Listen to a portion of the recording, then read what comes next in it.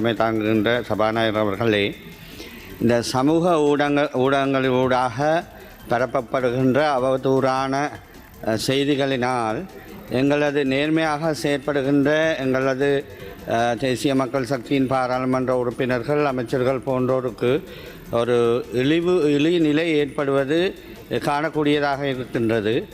குறிப்பாக வெளிநாடுகளிலே இருந்து இயக்கப்படுகின்ற அல்லது போலி முகநூல் கணக்குகளிலே அல்லது போலியான டிக்டாக் போன்ற வலைத்தளங்களின் ஊடாக பரப்பப்படுகின்ற இந்த செய்திகள் மன உளைச்சலையும் தேவையற்ற ஒரு போலி பிரச்சாரத்தையும் ஊக்கப்படுத்துவதாக இருக்கின்றது.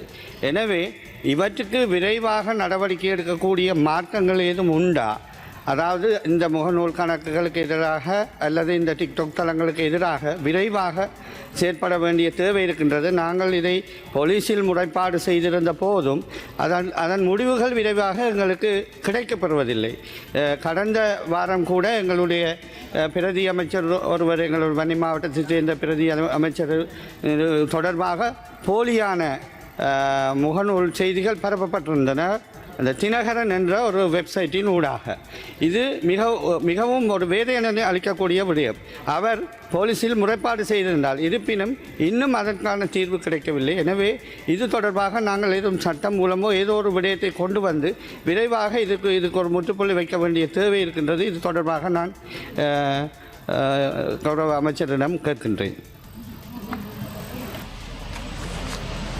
ගරු කතානායකතුමනි, මම පෙරත් ප්‍රකාශ කළ පරිදි සමාජ මාර්ගගත ක්‍රමවල සුරක්ෂිතතාවය පිළිබඳව පනතේ සංශෝධන ප්‍රමාණයක් අවශ්‍ය වෙලා තියෙනවා.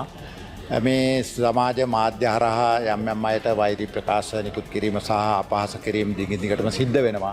මේවා යම් පාලනයකට නතු කර ගැනීම සඳහා නීති රීති අවශ්‍යයි. ඒ හින්දා මේ පනත සංශෝධනය කිරීමේ කටයුතු කඩිනම් කරලා තියෙනවා. මේ සඳහා අමාත්‍යාංශ හතරක ඒකාබද්ධතාවයෙන් කමිටුවක් පත් කරලා තියෙනවා.